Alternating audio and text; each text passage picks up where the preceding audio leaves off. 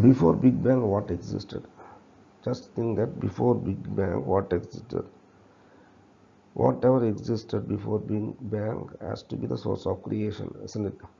Whatever existed before Big Bang has to be the source of creation, and we know very well that everything cannot come from nothing. Now scientists begin to say there is nothing called nothing, there is always something in another dimension. So everything came from something in another dimension before Big Bang, and that something consisted of this dark matter, dark energy, whatever. Let us see in Holy Scriptures how God has been defined, and how shall we perceive,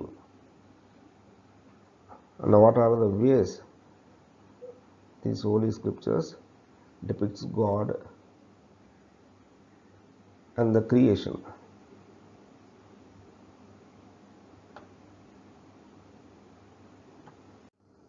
Torah is the Holy Scripture of Jews. Now let us see how God has defined Himself in these Holy Scriptures. Exodus chapter 3 verse 13.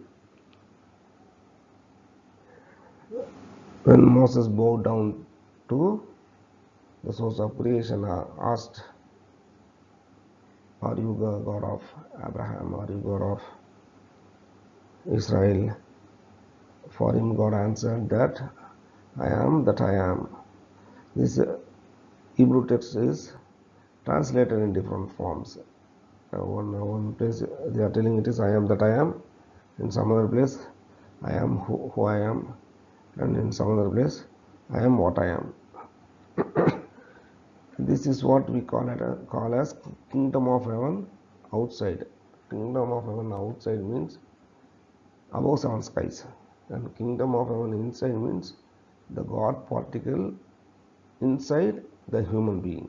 The God particle inside the human being. There is no God particle inside the human beings. Immediately Jews and Muslims generally they used to say, no, there can't be anything like that. God is not inside a human being. I am not saying God is inside the human. God, when we say God, means in His full capacity.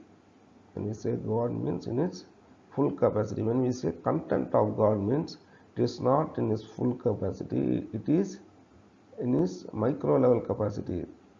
That like in ordinary matter we say in quantum level, we speak about quantum level like that. God in His content means it. Micro level means the smallest particle of the source of creation, its own particle, that can be defined as only that. Whatever existed we can call as that, because the word that has been used in all Holy Scriptures. If you see this Torah, that is there. If you see in Holy Scripture, Indian spiritual this thing, Mahavakyas, you can find the word that. I am that, ISHA Upanishad says. So God Himself is defining Him in a technical form.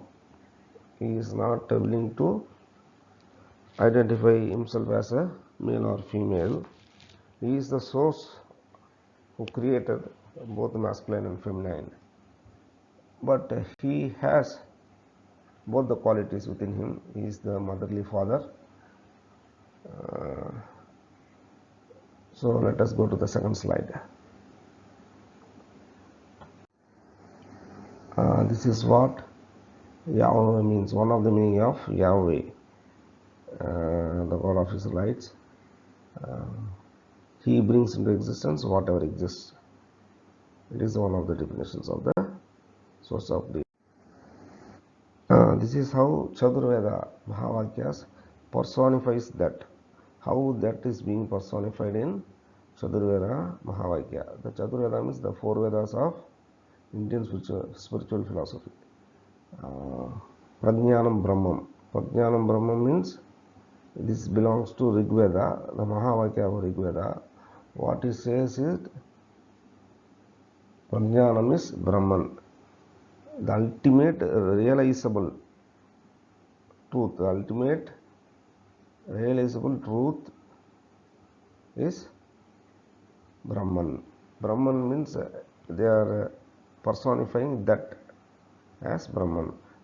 Similarly, Buddhists also personifying that as Buddha.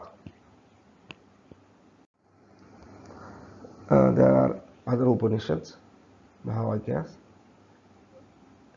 Here you can find ISHA Upanishad, I am that. The same meaning of that whatever available in Torah, I am that I am. And in Katha Upanishad it is, this verily is that. So these are the proof of kingdom of heaven inside, that exists inside a human being. And these four Vakyas, namely these four Vakyas of Chatur, more or less the same meaning is available in Quran also. But for them, they have some a different meaning. But it is that same verses proves for both Hindus and Muslims, because the source of creation knows very well the unwanted confusion will arise. So he cleared it through his number of chapters and number of verses. He mentioned for Hindus it is kingdom of heaven inside, for Muslims it is kingdom of heaven outside. But if Christians want to follow both of that, it is possible. Each and every human being can follow both of that. You can meditate God, you can do sajda to God, the source of creation. Nobody can stop you. Rig Veda says light is God. One place it says the identity of God is a light. Above seven skies we used to see a very big huge light. So the identity of God is light. At the same time it also says it is not that physical light, it is that light which removes ignorance from our heart, from our mind. Whatever light which removes ignorance, that light is, that knowledge is actually, the knowledge is the source of creation. These lines of Yajurveda and Samaveda reveals how in deep meditation the Maharishis, saints, they acquired knowledge from skies, like radio waves, like microwaves. See, Adharvana says how God has become God, how the status of existence, whatever existence existed before Big Bang, we call as existence, because we know very well that something has created from its own natural form of existence, and it separated it as a separate form, and it is also in connection with it. So the Adharvana Veda defines how the existence become God.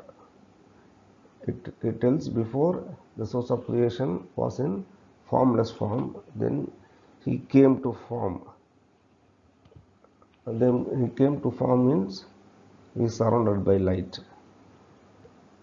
So one thing one must understand is, while examining yogis by scientists and doctors, what they found is, for example, Yogi Rama and Yogi Ramakrishna Paramahamsa and our Sadguru Jaggi Vasudeva, when scientists and doctors examined, they found in deep meditation there was no heartbeat.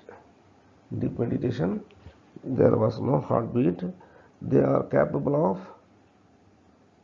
existing in that state for several hours. This baffled scientists and doctors. So without movement means it is not dead, because after a few hours they were able to come back. from that meditative state. So without movement means it is not that nothing exists. So scientists previously was telling that everything came from nothing. Suddenly they told that Big Bang, how Big Bang arose, how Big Bang happened. There has to be some action, no? Without action, nothing is possible. The Big Bang itself is an action. So only if you wake up from your deep sleep, you can do something. But the source of creation doesn't sleep. It will meditate. What this verse of Attained says is, God grows in deep meditation. God grows in deep meditation. The existence has become God through meditation. The existence has become God through meditation means due to sleeplessness and in conscious mode, the expansive nature of God developed. Existence developed its expansive nature and is capable of squeezing itself. So when it came to normal state, see, when yogis, when they do yoga, for them it is only few minutes or few hours. But the people who observe them, they find they are like sitting in the yoga posture for several hours or several days. When you ask the yogis, they say it is just a few minutes or few hours. So there exists a time difference. The yogis can experience the time difference.